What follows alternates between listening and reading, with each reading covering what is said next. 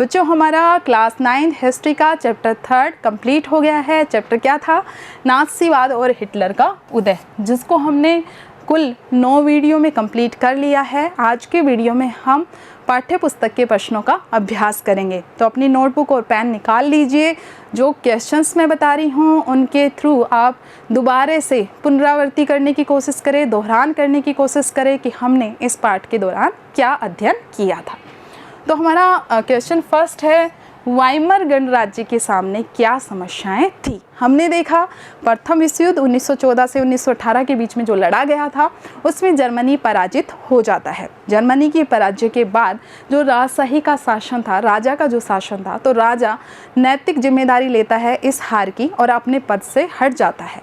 और इसके बाद वहाँ पर लोकतांत्रिक सरकार स्थापित होती है, यानी वाइमर गणराज्य की स्थापना होती है। लेकिन जनता वाइमर गणराज्य का समर्थन नहीं करती है। तो क्वेश्चन यही पूछ रहा है कि क्या क्या समस्याएं थी वाइमर गणराज्य के सामने। तो वाइमर गणराज्य का जन्म हम देख ही चुके हैं। प्रथम विश्व युद्ध में जो पराजित जर्मनी था उसके साम्राज्य के ध्वंसावशेष पर इसका निर्माण हुआ था। इसको कई समस्याओं का सामना करना पड़ा। सबसे पहली समस्या थी वर्साई की शांति संधि। जो जर्मनी हार गया था तो जो जीते हुए राष्ट्र थे, मित्र राष्ट्र फ्रांस, इंग्लैंड, अमेरिका वगैरह, इन्होंने क्या किया था, एक वर्साई की संधि जिसकी बहुत ही कठोर शर्तें थी, वो संधि थोप दी। किसके ऊपर? जर्मनी के ऊपर। अब चूंकि जर्मनी हार चुका था और जर्मनी को संधि की शर्तों को पालन ही करना था, क्योंकि हारा हुआ देश कभी भी शर्त नहीं रखता है, वो सिर्फ संधि के ऊपर हस्ताक्षर करता है। अब वाइमर गणराज्य को मजबूरन उस संधि पर हस्ताक्षर करने पड़े। लेकिन जनता ने क्या माना? जनता ने माना कि वाइमर गणराज्य ने जर्मनी की छवि को धूमिल किया है।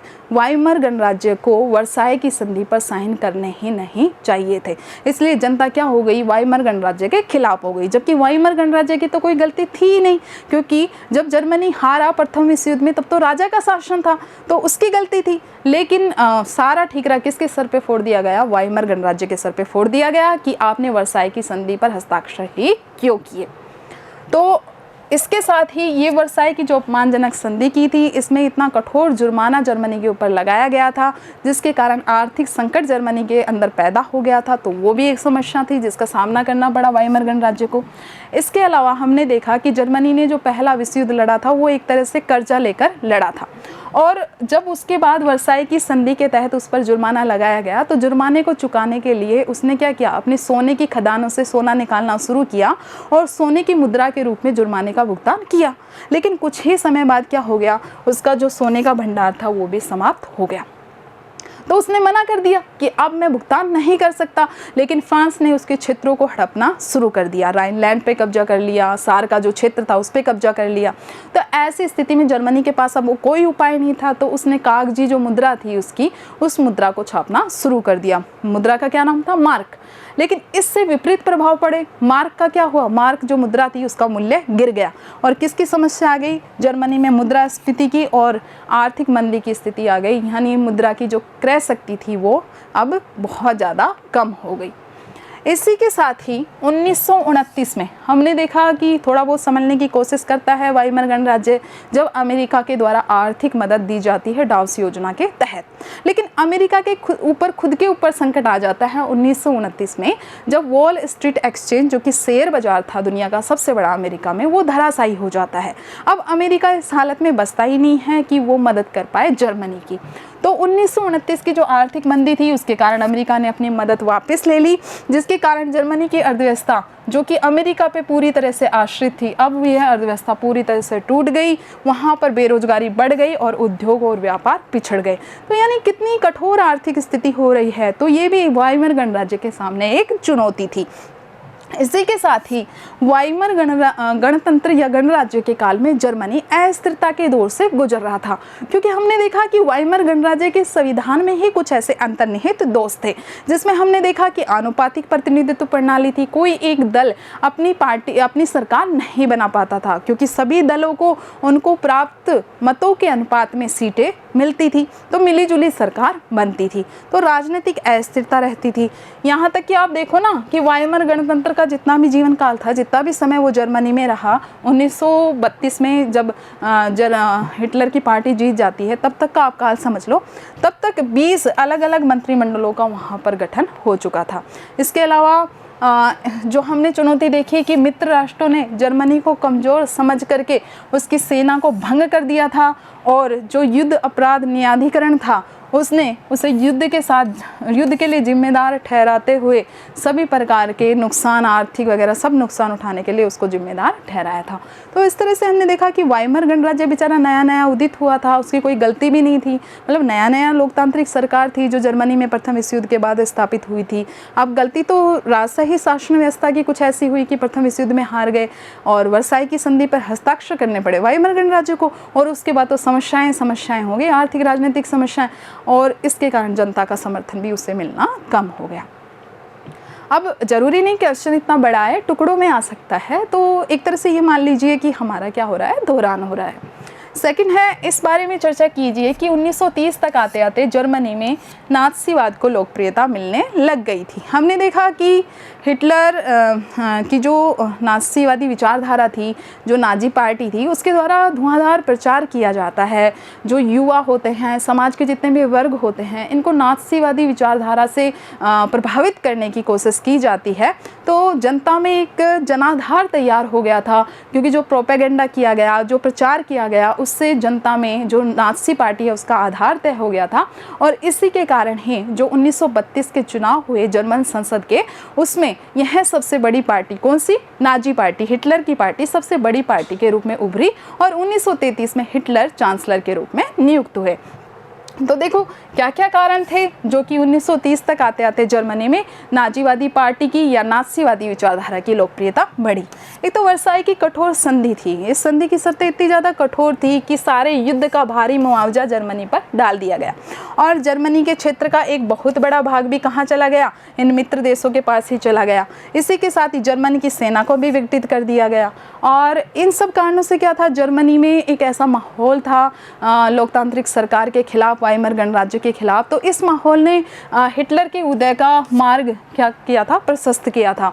तो हिटलर ने जब प्रचार किया तो उसने यही वादा किया कि वो वर्साई की संधि को निरस्त करवाएंगे, जर्मनी के गौरव को दोबारा से स्थापित करेंगे, और इसी के कारण ही हजारों की संख्या में लोग नाजी दल के साथ जुड़ने लग गए थे। दूसरा कारण है जर्मनी की खराब आर्थिक दशा और विश्व की आर्थिक मंदी। हमने देखा कि जो वर्साई की संधि के तहत हर्जाना अरब पौंड का जो हर्जाना डाला गया था जर्मनी के ऊपर, 6 अरब पौंड के लगभग था, तो उस जुर्माने को चुकाने में जर्मनी की आर्थिक हालत इतनी ज़्यादा ख़राब हो गई थी कि उसके स्वर्ण मुद्रा के भंडार भी समाप्त हो गए थे। तो उसे अपनी जो मुद्रा थी, मार्क मुद्रा, वो बड़े पैमाने पर छापनी पड़ी, जिससे कि मुद्रा का अवमूल्यन हुआ, मुद्रास्फीति बढ़ी।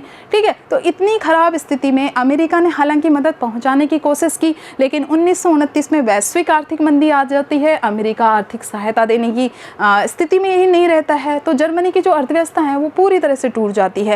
युवा बेरोजगार हो जाते हैं, आपराधिक गतिविधियों में संलग्न हो जाते हैं, जर्मनी की न्यूनतम आवश्यकताएं पूरी नहीं हो पाती हैं, जर्मनी आर्थिक रूप से पंगु हो जाते हैं।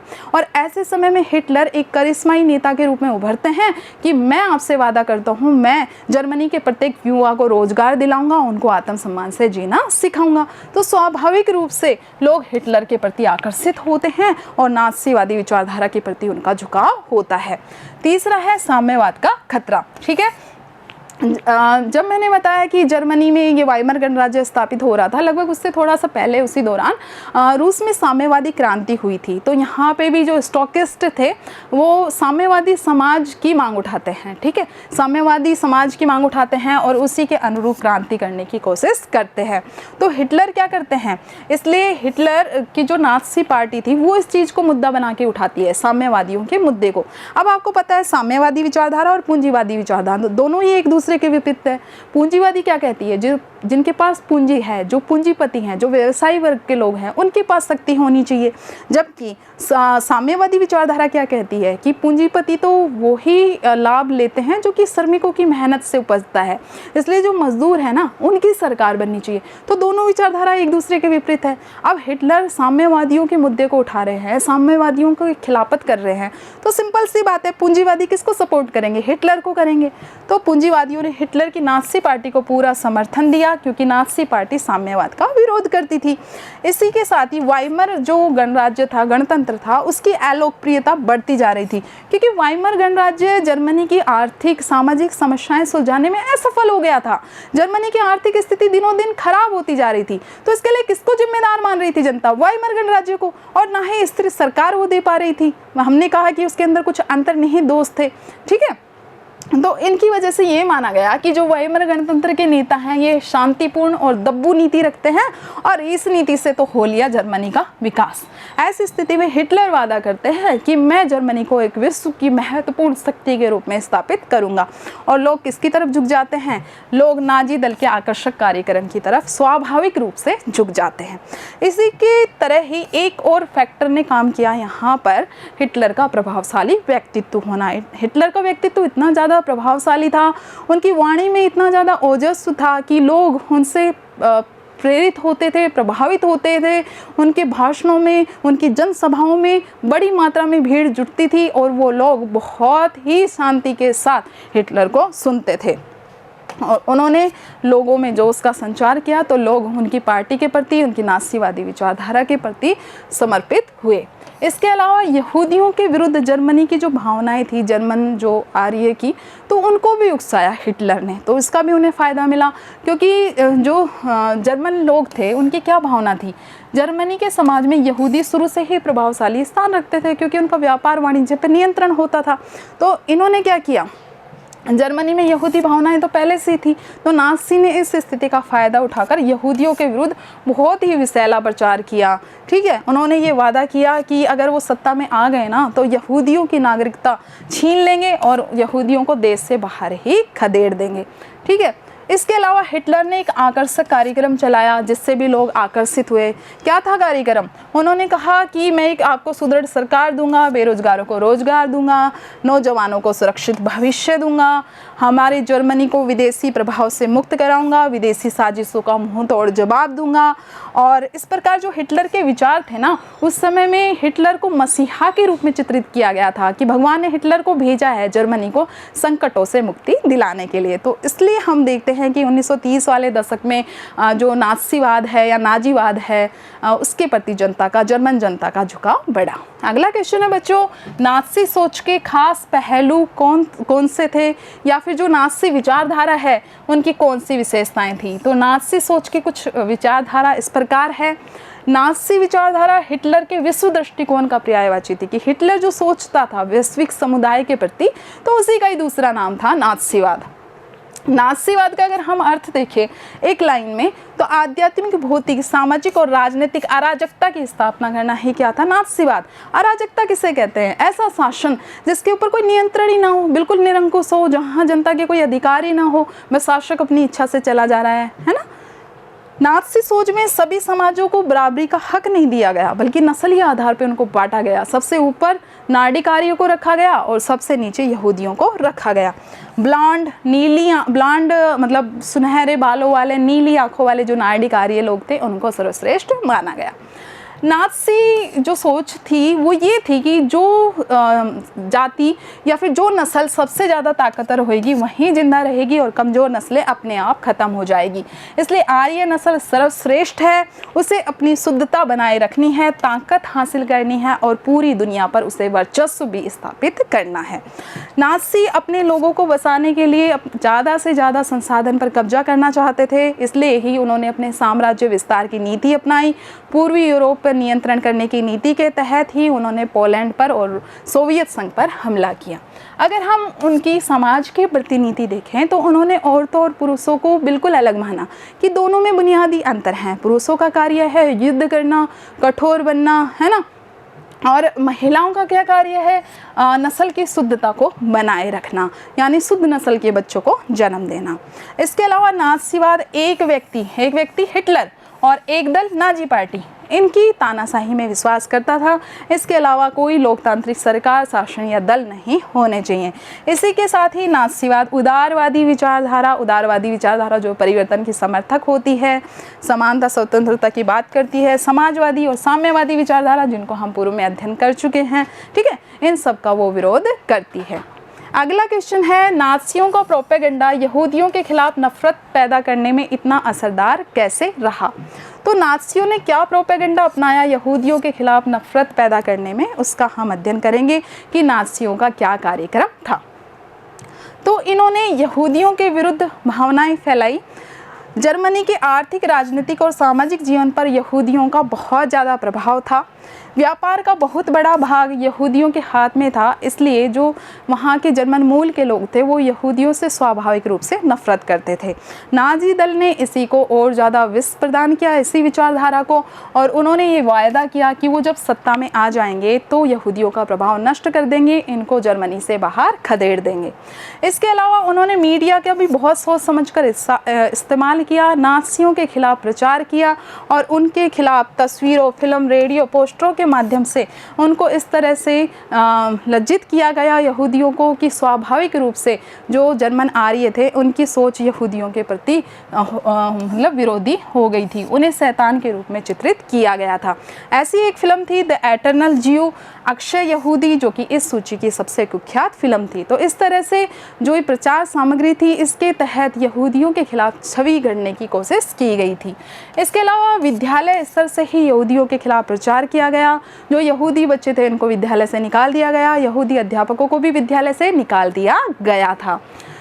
सांकेतिक भाषा का उपयोग किया जाता था क्योंकि जिससे विश्व समुदाय को पता नहीं चले कि जर्मनी में क्या चल रहा है। तो सामूहिक हत्याकांड किए गए थे और उन सामूहिक हत्याकांडों के लिए विशेष व्यवहार व अंतिम समाधान जैसे शब्दों का उपयोग किया जाता था। गैस के जो चैम्बर होते थे उनको संक्रमण मुक्ति क्षेत्र कहा जाता था। इस प्रकार हम कह सकते हैं नाज़ी प्रचार कला में निपुण थे, इसलिए यहूदियों के विरुद्ध किया गया उनका प्रचार इतना ज़्यादा सफल रहा। अगला है, नाज़ी समाज में औरतों की क्या भूमिका थी? फ्रांसीसी क्रांति से तुलना करके बताइए कि फ्रांसीसी क्रांति और नाज़ी शासन में जो औरतें थी उनकी भूमिका में क्या फ़र्क था।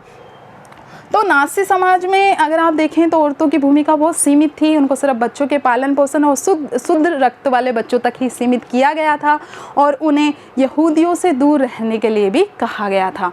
तो अपन अंतर देखते हैं। फ्रांस की क्रांति में महिलाओं ने मुख्य भूमिका निभाई थी, उन्होंने अपने देश के सामाजिक राजनीतिक विकास में भी योगदान दिया था, जबकि नाज़ी समाज में महिला लोकतांत्रिक अधिकारों की मांग नहीं कर सकती थी, उनको तो सिर्फ उनके द्वारा उनको जो कर्तव्य सौंपे गए थे उन्हें ही पूरा करना होता था। फ्रांस में अधिकतर महिलाएं पुरुषों के साथ कंधे से कंधा मिलाकर काम करती थी, लेकिन नाज़ी समाज में महिलाओं को पुरुषों के साथ काम करने की मनाही थी। फ्रांस में महिलाएं अपने हितों की आवाज़ उठाने के लिए अपने संगठन बना सकती थी, राजनीतिक क्लब बनाती थी, उनके अलग से समाचार पत्र होते थे, लेकिन नाज़ी जर्मनी में किसी भी राजनीतिक क्लब अथवा संस्था को कार्य करने की आज्ञा नहीं थी, मतलब महिला के द्वारा बनाई हुई नहीं होनी चाहिए। इसी तरह फ्रांस में महिला और पुरुष दोनों को बराबर समझा जाता था, जबकि नाज़ी शासन में महिलाओं को बिल्कुल अलग तरह की शिक्षा दी जाती थी, उन्हें सिर्फ आर्य संस्कृति और नस्ल का ध्वजवाहक ही समझा जाता था। फ्रांस की महिलाओं को अपना जीवन साथी बदलने के लिए आज़ादी होती थी, जबकि नाज़ी समाज में महिलाओं के लिए एक आचार संहिता बना दी गई थी जिसके अनुसार वो यहूदियों से संबंध नहीं रख सकती थी।